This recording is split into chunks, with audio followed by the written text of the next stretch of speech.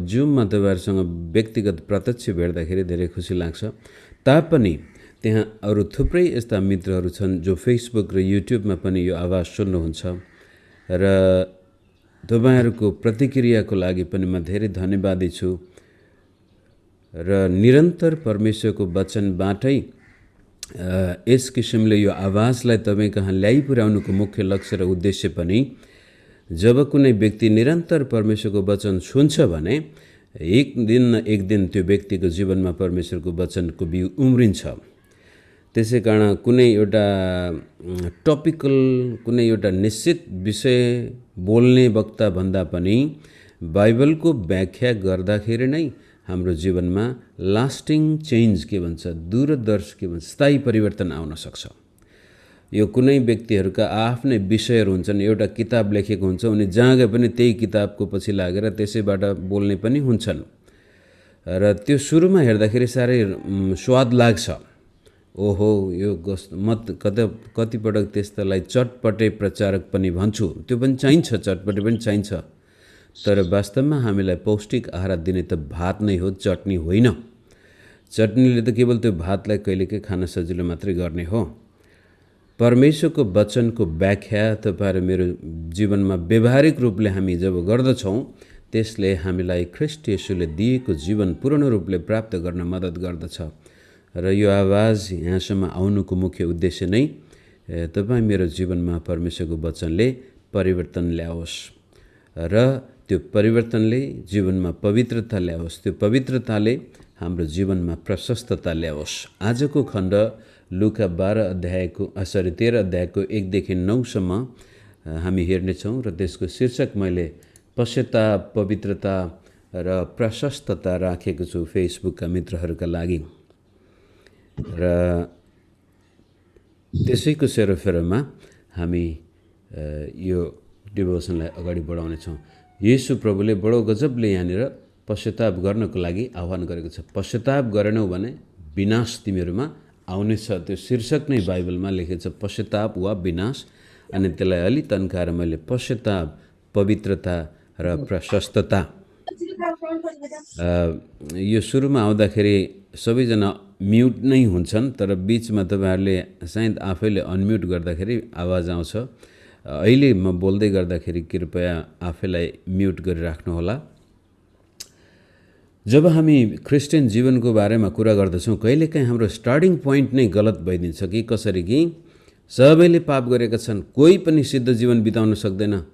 जब यस्तो प्रकारको वाक्यांशबाट हामी क्रिस्चियन जीवन सुरु गर्छौँ भनेदेखि त्यसले हाम्रो डिफिटको लागि के भन्छ, हाम्रो हारको लागि पहिले ढोका खोलिदिन्छ। कोही पनि पवित्र जीवन बिताउन सक्दैन, सिद्ध कोही पनि छैन भन्ने वाक्यांशबाट जब हामी प्रचार सुरु गर्छौँ, विचार सुरु गर्छौँ, बाइबल अध्ययन सुरु गर्छौँ, तब हामीले आफूलाई असफल हुनको लागि प्रशस्तै बहाना बनाइसकेका हुन्छौँ। जसै उदाहरणको लागि यदि म गरिबहरूलाई उनीहरूको गरिबीबाट निकास दिनको लागि उत्साह दिन चाहन्छु भने मैले पहिलो तिमोथी 6 अध्यायमा त्यसको 9-10 पदमा रुपियाँ पैसाको लोभ सबै किसिमका खराबीको जरा हो र धेरैजना धनी हुन चाहनेहरूले आफूलाई आफ्नै मुटुहरू घोचेका छन् भन्ने वाक्यांशबाट सुरु गरे। धनी हुन चाहना गर्नु नै पाप रहेछ भन्ने विचार जब त्यो गरिबको मगजमा लागेपछि ऊ कहिले आफ्नो जीवनमा प्रशस्तता पाउन सक्दैन। एउटा गरिबलाई उसको गरिबीबाट मुक्ति दिनको लागि मैले सुरुमै धनी हुन चाहना गर्नु नै, धनी हुने इच्छा गर्नु नै पाप हो भन्ने कुरा लगाइदिएपछि त्यो व्यक्ति कहिले आफ्नो गरिबीबाट उकास्न सकिँदैन। त्यस्तै किसिमले पाप सम्बन्धी, परीक्षा सम्बन्धी, पवित्रता सम्बन्धी पनि हामीले अधिकांश समय पुलपिटबाट यही प्रचार गरेको सुन्छौँ कि सबैले पाप गरेका छन्, हामी कोही पनि सिद्ध छैनौँ। यसको मतलब हामी कोही पनि पवित्र जीवन जिउन सक्दैनौँ। बाइबलले आह्वान गरेको ख्रीष्ट जस्तै बन्नु भनेर बोलाएको सबै त्यो एउटा झुटो आश्वासन जस्तै लाग्न सक्छ। त्यसलाई अगाडि लैजाउँ आज यो खण्डबाट। 1 पदमा, त्यसै बेला त्यहाँ कतिजना उपस्थित थिए जसले ती गालिलीहरूका विषयमा उहाँलाई भने, जसलाई पिलातसले हत्या गरी तिनीहरूको रगत बलि भइरहेका पशुको रगतसँग मिसाइदिएका थिए।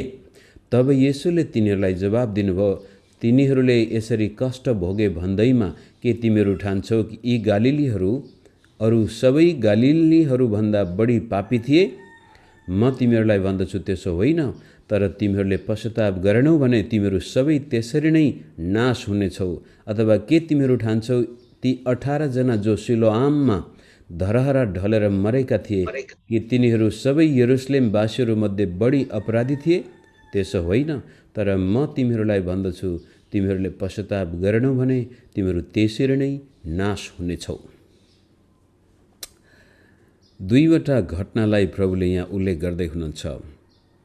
गालिलका मानिसहरू, यरुशलेमका मानिसहरू। गालिलबाट सायद कुनै प्रकारको प्रतिनिधित्व गर्नको लागि कुनै एउटा राजनैतिक डेलिगेसन नै आएको हुनुपर्छ यरुशलेममा पिलातसकोमा।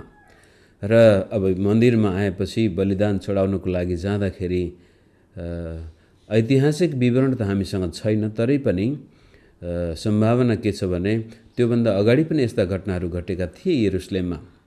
र पिलातस पनि एउटा निर्दयी शासक नै थियो, र जसले गर्दाखेरि यी गालिलका मानिसहरू यरुशलेम आउँदाखेरि मन्दिरमा बलि चढाइरहेको बेलामा नै सायद गोप्य प्रकारले सेनाहरू पठाएर तिनीहरूलाई त्यहाँ मारेको हुनुपर्छ। गालिलको प्रान्त यस्तो प्रान्त हो जो जहिले पनि इन्डिपेन्डेन्सको लागि बढी पहल चाल्ने प्रान्त हो। गालिलियन प्रान्तबाट नै पछि यो योसिफस भन्ने महान यहुदी इतिहासकारले पनि, ऊ आफै पनि एउटा सिपाही कप्तान थियो, त्यहाँको गभर्नर नै थियो त्यहाँको, अनि रोमको विरुद्धमा लडाइँ उसले पनि लड्यो। र यरुशलेमभन्दा बढी गालिलमै मानिसहरू विद्रोही आत्माका हुन्थे। त्योभन्दा झन्डै 200 वर्ष, येशू प्रभु आउनुभन्दा झन्डै 200 वर्ष अगाडि नै भनौँ, 160-70तिरको BC-मा गालिलकै कुनै एउटा प्रान्तबाट मक्काबियन रिभोल्ट पनि सुरु भएको थियो। यसरी हेर्दाखेरि गालिलका मानिसहरूमा बढी राष्ट्रियता, राष्ट्रवादी आत्मा, यता रोम के भन्छ यरुशलेममा चाहिँ रोमको प्रत्यक्ष शासन थियो।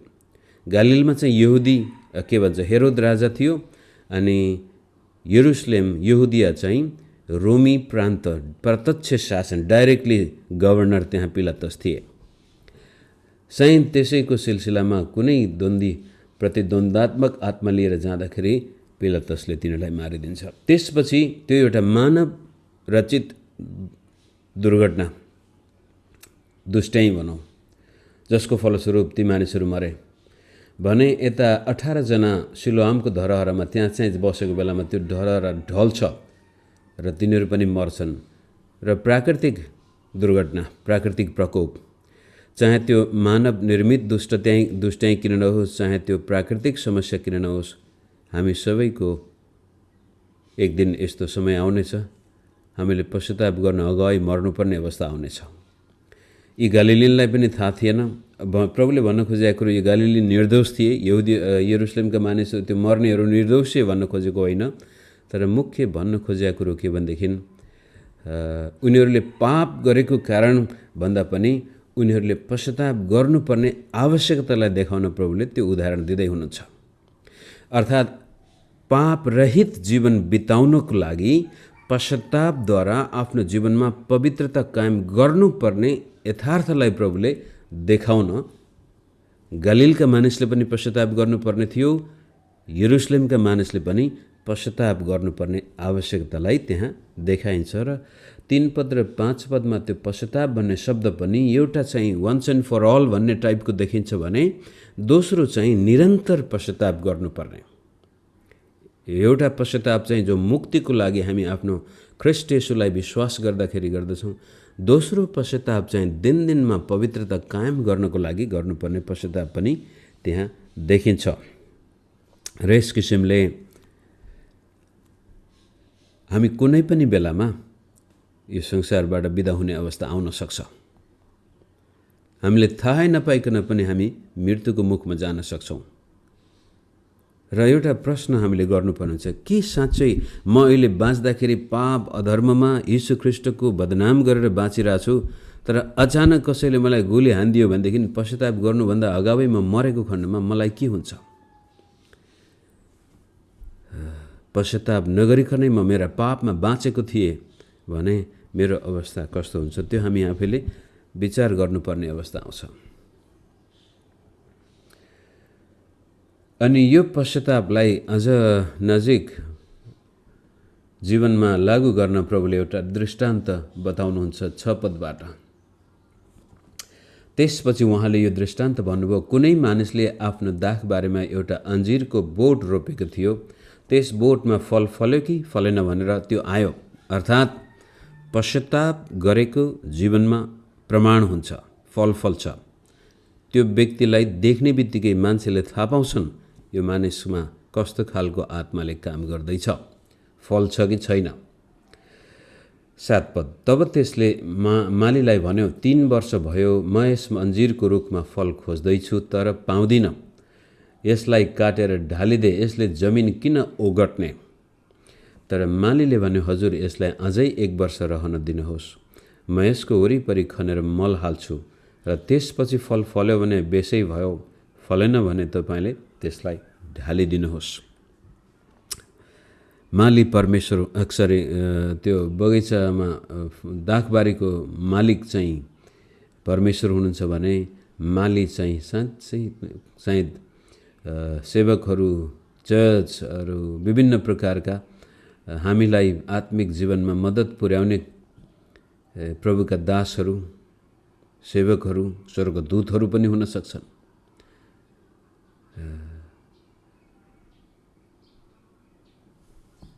यसले के देखाउँछ भने परमेश्वरको दयाको पनि सीमा हुँदो रहेछ। परमेश्वरले हामीलाई दया गर्नुहुन्छ, त्यसको पनि सीमा छ। परमेश्वरको प्रेमको सीमा छैन, तर दया कुनै समय आउनेछ जब परमेश्वरले हामीलाई हाम्रा पापमा छोडिदिनुहुन्छ। कुनै समय आउँछ जब पवित्र आत्माले हामीलाई हाम्रा पापमा छोडिदिनुहुन्छ र त्यसले हामीलाई विनाशमा लैजान्छ। हामी फेरि हाम्रो शीर्षकलाई ध्यान दिउँ, पश्चाताप, पवित्रता र प्रशस्तता। बेला बखतमा म पास्टर पौल यङ्गी चौले भनेको वाक्यांश सम्झिन्छु। उहाँलाई कसैले सोधेको थियो, पास्टरज्यू तपाईँ आफ्नो जीवनमा पवित्रता कसरी कायम गर्न सक्नुहुन्छ भन्दाखेरि उहाँले एउटा कुचो देखाएर म जहिले पनि यो झाडो लाउँछु आफ्नो हृदयमा।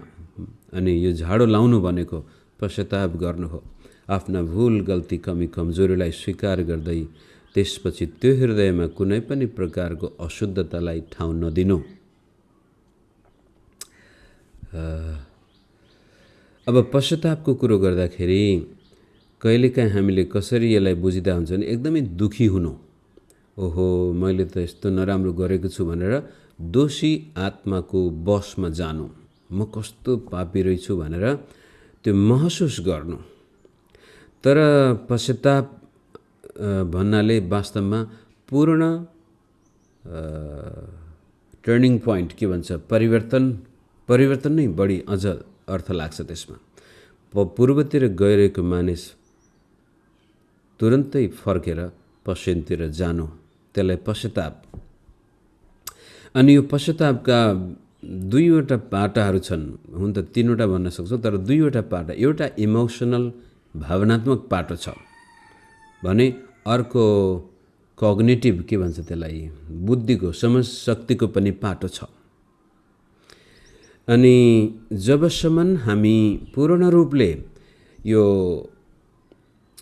पश्चातापले जीवनमा ल्याइरहेको विनाशलाई बुझ्दैनौँ, यसले जबसम्म हाम्रो मगजमा ओहो यसले त मलाई त सत्यानाश गरेको छ भनेर त्यो अन्डरस्ट्यान्डिङ हाम्रो आउँदैन, त्यो पापले जुन प्रकारको विनाश ल्याउँदैछ त्यसको गम्भीरतालाई जबसम्म मगजमा पूर्ण रूपले बत्ती बल्दैन तबसम्म भावनाले मात्रै पाप गर्यो, ओहो म त पापी भन्यो भावनाले मात्रै हामी पश्चाताप गर्दछौँ भने त्यो घरिघरि त्यही पाप गरिरहेको छ, किनभने भावनाले हामीलाई धेरै समय टिकाउँदैन। यदि म पश्चाताप गर्ने भने पूर्ण रूपले फर्किनु, यो विनाशकारी हो। जसै हामी पूर्व राष्ट्रपति अमेरिकन राष्ट्रपति डोनाल्ड ट्रम्पको उदाहरण लिउँ। उनका दाइ सानै भन्नाले करिब 40 को हाराहारीमा रक्सीले गर्दाखेरि मरे। अनि त्यसपछि डोनाल्ड ट्रम्पले हुर्किँदै गर्दाखेरि आफ्नो दाइको जुन सम्भावना थियो, जस्तो खालको जीवन पाउनु सक्ने थियो, तर रक्सीले गर्दाखेरि ऊ सिद्धिएर गयो। अनि उनले एकपटक भनेको थियो कि जब मैले थाहा पाएँ कि रक्सीले गर्दाखेरि मेरो दाइको जीवन नाश भयो, त्यो दिनदेखि मैले निर्णय म कहिल्यै वाइन समेत पनि मुखमा हाल्ने छैन। अब त्यत्रो धनाढ्य व्यक्ति, त्यसपछि राष्ट्रपति नै भएर शक्तिशाली व्यक्ति पनि बने, तर उनले भन्छन् मेरो दाइको जीवनबाट मलाई थाहा भयो कि रक्सीले विनाश ल्याउँछ, त्यही दिनदेखि मैले कहिल्यै पनि मुखमा वाइन समेत पनि छुएको छैन भनेर उनीहरूले भनेका थिए। अनि त्यो हेर्दाखेरि त्यो मान्छेमा निर्णय गर्ने शक्ति चाहिँ छ डोनाल्ड ट्रम्पमा, कारण त्यो रक्सीले ल्याउने विनाश उसले बुझ्यो। तर त्यहाँ अरू यस्ता व्यक्ति हुन्छन्, उनीहरूको जीवनमा रक्सीले विनाश ल्याइरहेछ थाहा छ, तरै पनि हाम्रो यो अचेत मस्तिष्कले त्यसको त्यो मुक्कालाई महसुस नै गर्न सक्दैन। कारण कता कता हामीमा त्यो कग्निटिभ डिसोनेन्स भन्छ अङ्ग्रेजीमा, एक किसिमको त्यो सुन्न त सुन्ने तर नसुन्ने, देख्न त देख्ने नदेख्ने, यो प्रभुले भनेको जस्तै बुझ्दैन, त्यो लाग्दैन मगजमा, मर्दिन होला म त भन्ने त्यो एउटा झुटो आश्वासन। कता कता रक्सीले नाश पार्छ भन्ने कुरा त सुनेको छ, देखेको छ, तर आफू खाछ किनभने उसको पछाडिपट्टि कता कता उसलाई लाग्यो म त मर्दिन होला, अरू मर्छन् होला। त्यस्तै प्रकारले कतिपटक चर्चमा पनि हामीले सबै पापी नै हुन्, प्रभुले दया गर्नुहुन्छ, सानोतिनो पापमा केही फरक पर्दैन भन्ने आत्मा आएको कारण हामीले भावनात्मक हिसाबले त पश्चाताप गर्छौँ, तर हाम्रो मस्तिष्कले के भनिरहेछ, चल्छ केही फरक पर्दैन, यो सबैले गर्छन् नि। त्यसले गर्दाखेरि ख्रिस्टियन जीवनमा सुकिनास लागेको हुन्छ, सुखोपन आएको हुन्छ, कहिल्यै फल फल्दैन र त्यो व्यक्ति कहिल्यै पवित्र जीवन बिताउन सक्दैन, जसको फलस्वरूप उसको जीवनमा बाइबलले दिन चाहेको प्रशस्तता पनि आउँदैन। प्रशस्त मात्रामाको जीवन, भावनात्मक प्रशस्तता, आनन्द, खुसी, दुःखमा पनि रमाउन सक्ने अवस्था त्यहाँ आउँदैन। सुखमा पनि त्यसलाई एकदमै गजबले त्यसको रस लिन पनि उ सक्दैन। कता कता त्यो दोषी भावनाले उसलाई कैदमा पारेको हुन्छ। त पश्चाताप गर्नुको मतलब परमेश्वरले डन्डा टाउकोमा हिर्काउने भएर होइन कि यो पापले मेरो जीवनमा कति घाटा लगाएको छ, यसले मलाई कति दुःख दिएको छ, मेरो जीवनलाई यसले कस्तो खाग बनाएको छ। अब व्यभिचारमा पर्ने व्यक्तिले पनि, व्यभिचारको पापमा कोही व्यक्ति परेको छ र त्यसको विनाश उसले राम्रोसँग बुझेको खण्डमा र त्यसपछि त्यसको सही मूल्याङ्कन गरेको खण्डमा जीवन चाहने व्यक्तिले त्यसपछि अवश्य पनि त्यो बाटो ऊ छोड्छ। तर गम्भीरता लिएको छैन, चल्छ, केही छैन, आजको क्षणिक मोजमजा र पछि के हुन्छ, हाम्रो मस्तिष्कमा यस्तो छाप पर्छ कि यो सबैले गर्छन्, यसबाट मुक्ति पाउन सम्भव छैन, असम्भव, जसको कारण त्यो व्यक्ति पापबाट मुक्त पाउन सक्दैन। अनि जसको फलस्वरूप उसको जीवनमा फल फल्दैन। फल नफलेको खण्डमा खतरा चाहिँ के छ भने सायद कुनै समय आउँछ त्यो व्यक्ति ढालिनेछ। त यीशु प्रभुले हामीलाई बडो रहर लाग्दो जीवन दिएको छ। आत्मिक हिसाबले हामी परमेश्वरसँग प्रत्यक्ष सम्पर्क राख्न सक्छौँ। शारीरिक हिसाबले पनि यो शरीर पवित्र आत्माको मन्दिर हो। जुन दिनसम्म प्रभु हामीलाई यो संसारमा राख्न चाहनुहुन्छ त्यो दिनसम्मको लागि असल स्वास्थ्य दिने प्रतिज्ञा पनि गर्नुभएको छ। र केही गरी शरीरमा त्यस्तो कमी कमजोरी छ, जन्मसिद्धै हामीमा कुनै कमजोरी थियो भने त्यस्तो दुःख कष्टमा पनि हामीलाई साथ दिनको लागि स्वयं पवित्र आत्माको शक्ति हामीलाई दिने प्रतिज्ञा पनि उहाँले गर्नुभएको छ। र त्यसपछि के खाउँला र के लाउँला भन्ने आर्थिक विपन्नताबाट पनि ख्रीष्ट येशूले हामीलाई छुटकारा दिएको कुरो बाइबलले उल्लेख गर्दछ। त यी सबै कुराहरू नहुनुको पछाडिपट्टि हाम्रो मगजले त्यो कुरालाई बुझ्न नसक्नु अथवा स्वीकार गर्न नसक्नु, अर्को शब्द एउटा बेला बखतमा यो मनोवैज्ञानिकहरूले चलाउँछन्, यसलाई कग्नेटिभ बायास पनि भनिन्छ अथवा मानसिक पूर्वाग्रह, जो बेला बेला म भन्दै गएको छु कि क्रिस्चियन भयो भन्दैमा सबै कुरा ठिक हुनुपर्छ भनेको छैन। क्रिस्चियनहरू पनि पापमा फस्न सक्छन्, क्रिस्चियनहरू पनि गरिब हुन सक्छन्, क्रिस्चियनहरू पनि दुखी भएर बस्न सक्छन्। हो, त्यो सत्य नै हो। मानिस भएपछि यो दुखी संसारका सबै लक्षणहरू हामीलाई लाग्छन्। त्यो भयो भन्दैमा मैले त्यसलाई स्वीकार गर्नु आवश्यक छैन। मेरो छिमेकीले आफ्नो जीवनमा असफलता पायो भन्दैमा, ऊ क्रिस्चियन भएर पनि असफल भयो भन्दैमा मैले पनि त्यो असफलतालाई मेरो बनाउनु आवश्यक छैन। तर हामीलाई त्यस्ता उदाहरण दिइएको छ। हेर, क्रिस्चियन भयो भन्दैमा सबै ठिक हुनुपर्छ भनेर भन्नु हुँदैन। हामी पनि पाप, दुःख, गरिबी, रोग ब्याज भएरै जानुपर्छ, त्यो त दुनियाँलाई थाहा छ। तर भएर जाँदा पनि हामीलाई मद्दत गर्न सक्ने परमेश्वर हामीसँग हुनुहुन्छ। त्यसको लागि हाम्रो जीवनमा पवित्रता चाहिन्छ। अनि त्यसपछि फेरि हामीलाई उदाहरण दिन्छन्, त्यसो फलाना फलाना पास्टर चाहिँ पवित्र थिएन। हामीलाई के थाहा मान्छेको जीवनमा के थियो? हामी भन्न सक्दैनौँ,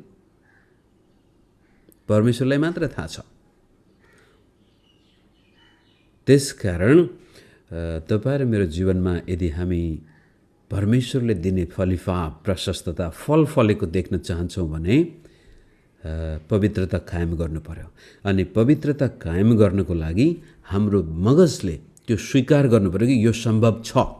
म पवित्र जीवन बिताउन सक्छु, म झुट नबोलेरै जीवन बिताउन सक्छु, म अशुद्ध विचार मगजमा आउन नदिएरै जिउन सक्छु, म इमान्दार व्यक्ति बन्न सक्छु। यो निर्णय गर्ने शक्ति प्रभुले हामीलाई दिएको छ। तर हामीले कस्तो सुनेको छौँ भने सकिँदैन, सम्भव छैन, असम्भव। अनि पछाडिको दिमागले सुरुदेखि नै त्यो सुन्दै आएर हामीलाई यो अगाडिको मस्तिष्कले, यो चेतनशील मस्तिष्कले चाहिँ बुझेको छैन म किन यस्तो बानी, ममा किन यो बानी पर्यो, म किन यस्तो गर्दैछु। तर त्यसलाई घोरिएर तपाईँले हेर्नुभयो, अध्ययन गर्नुभयो भनेदेखि यो अर्धचेतनामा बचपनदेखि नै हामीमा ती प्रभावहरू परेका हुन सक्छन्। अनि जसको कारण ममा एउटा बानी बसिसक्यो।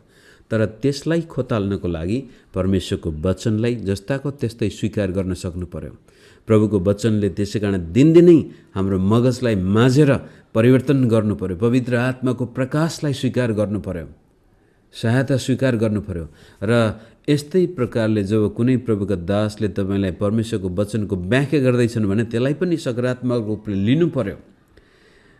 व्यक्तिगत जीवनमा त्यस किसिमले पाइला चाल्यो भने बल्ल मेरो जीवनमा मलाई विश्वास, ओहो प्रभु मैले त सोचेकै थिएन म यो बानी छोड्न सक्छु होला भनेर, तर सम्भव रहेछ। म यस्तो किसिमले मेरो पापबाट पूर्ण रूपले मुक्ति पाएर रमाउन सक्छु भनेर सोचेको पनि थिएन, तर सम्भव रहेछ। प्रभु मेरो शरीरमा यस्तो रोगले म त यसैबाट मर्छु भन्ठानेको थिएँ, तर तपाईँले उद्योगका काम गर्नुहुँदो रहेछ। प्रभु म त गरिबको गरिबै भएर मर्छु भन्ठानेको थिएँ, तर तपाईँले त उद्योगका ढोका खोल्नु हुँदो रहेछ। त्यो विश्वास हामीमा आएको खण्डमा त्यस्तै प्रकारको प्रतिफल पनि हामीमा आउनेछ।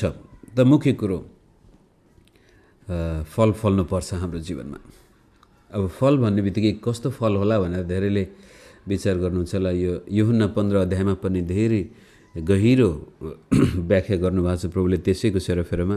र मुख्य गरी गलाती 5:22-23 पदहरू नै पवित्र आत्माको फल, तपाईँ र मेरो जीवनलाई परिभाषित गर्ने फल चाहिँ त्यहाँ पनि उल्लेख छन् र अरू ठाउँमा पनि उल्लेख छन्। पापको फल पनि त्यहाँ छ, पवित्र जीवन जिउने व्यक्तिको जीवनमा फल्ने फल पनि त्यहाँ छन्। शत्रुलाई पनि हामी क्षमा दिन सक्छौँ, सम्भव छ। यदि प्रेरितको किताबमा 7 अध्यायमा स्तिफनले आफ्नो शत्रुको लागि प्रार्थना गर्न सक्थ्यो भने हामी पनि गर्न सक्छौँ, हामीमा पनि त्यो सम्भव छ। नाजुक स्थितिबाट कोही व्यक्ति फर्केर आएको थियो, एउटा व्यक्तिले गर्न सकेको थियो भने हामीमा पनि त्यो सम्भव छ। त्यो हाम्रो स्टार्टिङ पोइन्ट हुनुहुन्छ। तर कहिलेकाहीँ हामी चाहिँ परमेश्वरको वचनभन्दा नि बढी जान्ने हुन्छौँ, परमेश्वरभन्दा नि बढी जान्ने भन्छौँ कि विश्वासीलाई डिसअपोइन्टमेन्ट नहोस् भनेर हामी सफलताको भन्दा विफलताको लागि पहिला ढोका खोलिदिन्छौँ। केही गरी मैले यस्तो भन्यो भने यसको जीवनमा भएन भने त यो निराश हुन्छ होला भनेर हाम्रो सोचाइमा पहिले नै त्यो व्यक्ति विफल हुनेछ भन्ने विश्वास हालिदिन्छौँ। तर त्यसको सट्टामा बाइबलले चाहिँ के भन्छ? परमेश्वरले तेरो जीवनमा यो कुरो गर्न सक्नुहुनेछ। अनि प्रभुले नि भनेको छ तिम्रो विश्वास अनुसार होस्। र पवित्र जीवन बिताउनको लागि पनि विश्वासीले पवित्र जीवन बिताउन सक्छ, सम्भव छ। र त्यो पवित्र जीवन बिताउँदै गर्दा परमेश्वरको पवित्र आत्माको फल हामीमा फल्नेछ। मेरो समय सिद्धियो त्योभन्दा पहिला जोसेफ मेरिक भन्ने एकजना व्यक्ति जन्मेको थिए यो 1860-62 बेलायतमा। तर जन्मेको केही वर्षपछि उनको बाबुआमाको डिभोर्स हुन्छ मेरो विचारमा, र त्यसपछि ऊ 6-7 वर्षको उमेरमै हुँदाखेरि लेफ्ट ह्यान्ड साइड कि राइट ह्यान्ड साइडमा उनको एउटा रोग निस्क्यो। अनि त्यो छाला बढ्न थाल्यो। बढ्दै बढ्दै बढ्दै जाँदाखेरि पछि उनको त्यो कुरूप शरीर नै खुट्टासम्मै कुरूप भयो। त्यसलाई पछि मान्छेले देख्दाखेरि उसलाई हात्ती मानव भन्थ्यो। यस्तो मुखबाट एउटा सुँड जस्तै निस्कियो छाला बढेर, कुनै उपचार थिएन। पछि एउटा सर्कसले त्यो मानिसलाई लियो। सर्कसमा हात्ती मानव हेर्नको लागि मान्छे आउन थाले। जनावरहरूसँग राखिन्थ्यो, पिँजडामा राखिन्थ्यो त्यो व्यक्तिलाई। युरोपका विभिन्न देशमा सर्कसको त्यो बक्समा पशु जस्तै चटकी देखाउन ऊ जान थाल्यो।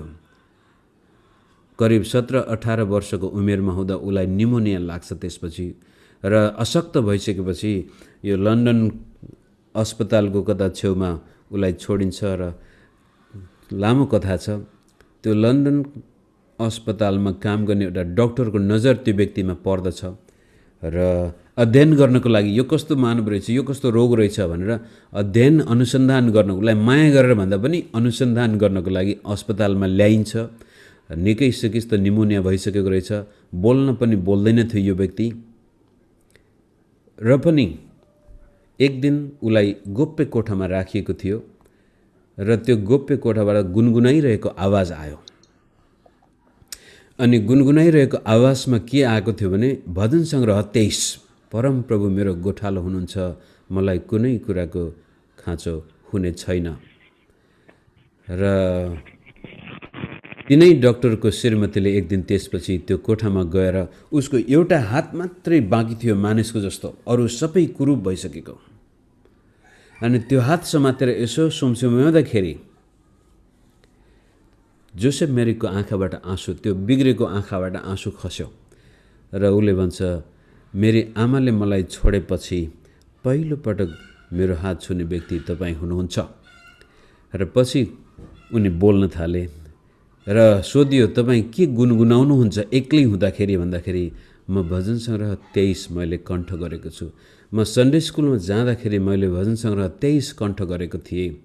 र जब मलाई एउटा सहरबाट अर्को सहरमा जनावरहरूको पिँजडामै हालेर लगिन्थ्यो, मेरो संसारमा कैदमा थियो, त्यतिखेर पनि मलाई यो भजनले धेरै सान्त्वना दिन्थ्यो कि परमप्रभु मेरो गोठालो हुनुहुन्छ।